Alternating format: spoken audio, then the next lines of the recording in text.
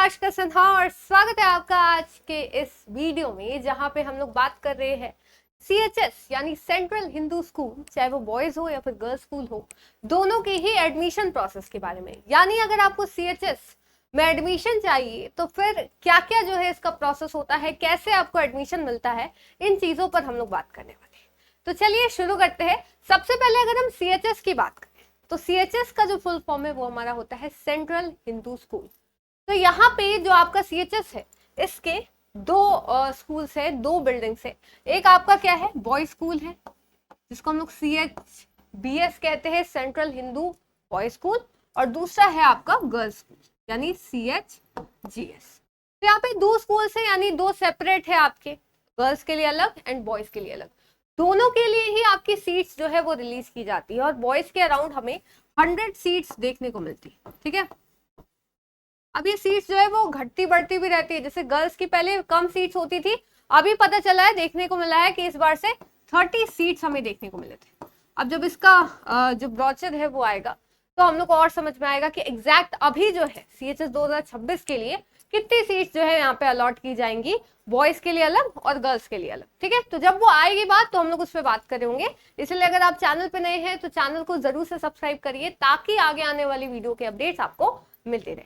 चलिए आगे बात करें तो बॉयज और गर्ल्स दोनों के लिए। अब आपका जो सीएचएस में एडमिशन है वो बहुत पहले से ही होता है।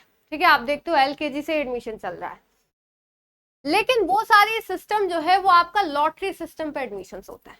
इवन इन क्लास 6 आप देखते थे एंट्रेंस जो है, अब इसका नहीं हो रहा। अब वो भी क्लास 6 का भी जो एग्जाम है आपका वो लॉटरी पे होता है, ई लॉटरी। जिनको भी एडमिशन मिला उन सबका नाम जो है वहां पे शो करता है। लेकिन अब जो बाकी क्लासेस की बात करें, यानी अब कौन सी क्लासेस बचे, अब बचे आपके क्लास 9th और क्लास 11th। तो दोनों जो आपकी क्लास है, इसके लिए आपका क्या होता है, एक एंट्रेंस टेस्ट होता है। अगर आपको एग्जाम में आपको सीएचएस में जब एडमिशन चाहिए तो आपको एक एग्जाम देना पड़ता है जिसका नाम है SET। कौन सा एग्जाम है, 9th और 11th के लिए SET, जिसका फुल फॉर्म होता है स्कूल एंट्रेंस टेस्ट। ठीक है, तो ये आपको देना पड़ता है फॉर क्लास 9th। अगर आप 8th में है तो आप 9th का एग्जाम दे सकते हैं, और फिर 10th में है तो आप 11th का एग्जाम देंगे ऑफकोर्स। तो ये आप एग्जाम दे सकते हैं। अब सबसे पहले इसका एग्जाम पैटर्न, बहुत सारी चीजें आती है कि इसका सिलेबस क्या होता होगा क्या नहीं, तो अभी हम लोग सिर्फ एडमिशन प्रोसेस के बारे में बात करें। एग्जाम पैटर्न या फिर इसकी एलिजिबिलिटी क्राइटेरिया, कि आप कितने साल के हो तो आप एडमिशन ले सकते हो, आपकी डेट ऑफ बर्थ किस किस के बीच में होनी चाहिए, तो ये सारी चीजें आपके आगे की बात है। अभी हम लोग फिलहाल एडमिशन प्रोसेस की बात करें तो आपको कौन सा एग्जाम देना होगा, SET एग्जाम देना होगा। ठीक है, हमें समझ में आ गया। तो मैम अब हमें SET देना है, ठीक है, तो इसका शेड्यूल क्या होता है। बहुत सारे सवाल उठते हैं कि फॉर्म कब आता है, एग्जाम कब होता है, ठीक है, रिजल्ट कब आता है, हमारी क्लासेस कब से स्टार्ट होती हैं। तो इन सारे क्वेश्चंस का यहाँ पे आंसर है, जो इसका पूरा का पूरा शेड्यूल है। ठीक है, जिसके अनुसार आपको चलना है। जैसे आप अभी जो देख रहे हो, जो महीना चल रहा है, धीरे धीरे करके आपके फॉर्म की डेट भी पास आ रही है। जैसे कि आप यहाँ देख सकते हो कि आपका फॉर्म कब आता है, फॉर्म फरवरी में आता है। ठीक है, 15 से 20 फरवरी के बीच में आपका फॉर्म जो है वो आ जाता है। और हड़बड़ाना नहीं है, क्योंकि पूरे एक महीने के लिए जनरली देखा गया है कि फरवरी से लेके मार्च तक पूरे ऑलमोस्ट एक महीने का आपको टाइम दे दिया जाता है टू फिल द फॉर्म। और उसके बाद देखने को मिलता है कि 5 से 6 दिन आपका करेक्शन विंडो, या मिनिमम 3 से 4 दिन आपका जो करेक्शन विंडो है वो भी ओपन रहता है, कि अगर आपसे कोई गलती हो गई फॉर्म भरने में।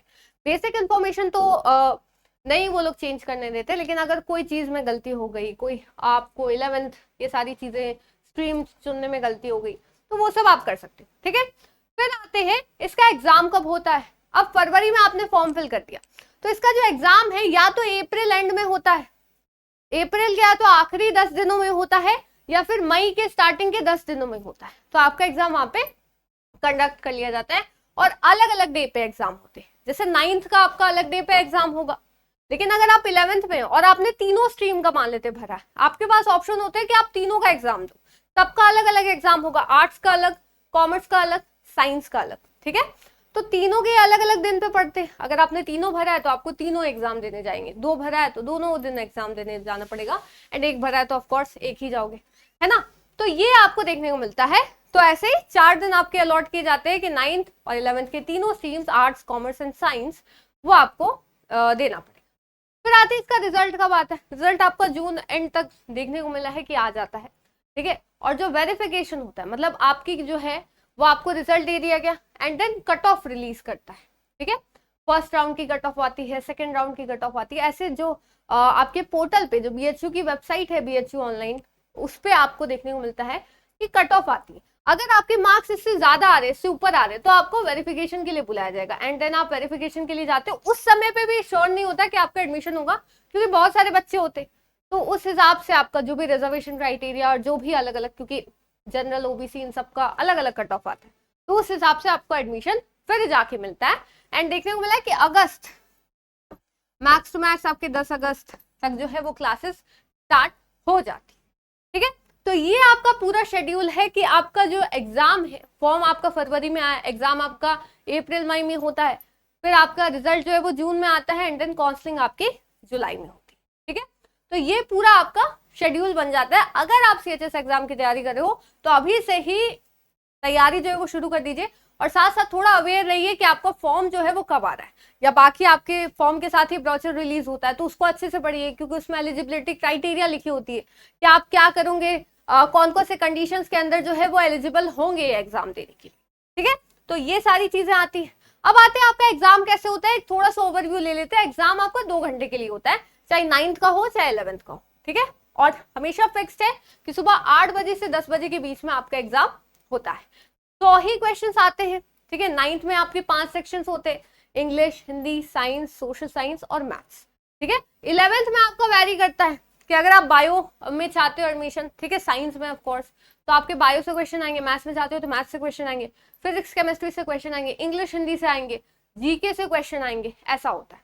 कॉमर्स लेना चाहते हो तो आपके इकोनॉमिक्स से थोड़े ज्यादा क्वेश्चन आते हैं, सोशल साइंस के बाकी पोर्शन से भी आते, मैथ्स से क्वेश्चन आता है, इंग्लिश हिंदी से आता है और जीके से भी आते, ठीक है। तो ऐसे ही जो है वो आपके वैरी करते हैं। आर्ट्स के लिए अगर आप एग्जाम दे रहे हो सीएचएस 11th में, तो आपके 60 क्वेश्चन ही सोशल साइंस से होते हैं, ठीक है। बाकी आपके हिंदी इंग्लिश से होते हैं, जीके से भी आपका क्वेश्चन होता है। सोशल साइंस मतलब जो आपकी क्लास 10th की एनसीईआरटी है वो, ठीक है।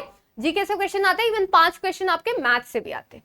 तो ये आपका बेसिक जो अंडरस्टैंडिंग है। और अगर आप क्लास 9th में हो ना, तो क्लास 8 का पूरा सिलेबस, और क्लास अगर 10th में हो, आई मीन 11th का पेपर देना चाहते हो, तो 10th का पूरा सिलेबस आपको यहाँ पे अच्छे से कवर करना होगा, ठीक है। तो ये पूरी एक जानकारी, अभी हम लोग डिटेल में भी सिलेबस के बारे में बात करेंगे, ठीक है। तो मुझे उम्मीद है आपको सारी चीजें समझ में आएंगी, एडमिशन प्रोसेस जो है वो अच्छे से समझ में आएगा कि आपका सीएचएस में एक्चुअल में एडमिशन कैसे होता है, ठीक है। तो इसके बारे में हम लोग आगे भी बात कर रहे होंगे। तो फिर मिलते हैं नेक्स्ट वीडियो में, तब तक के लिए thank you so much, bye bye, जय हिंद, जय भारत।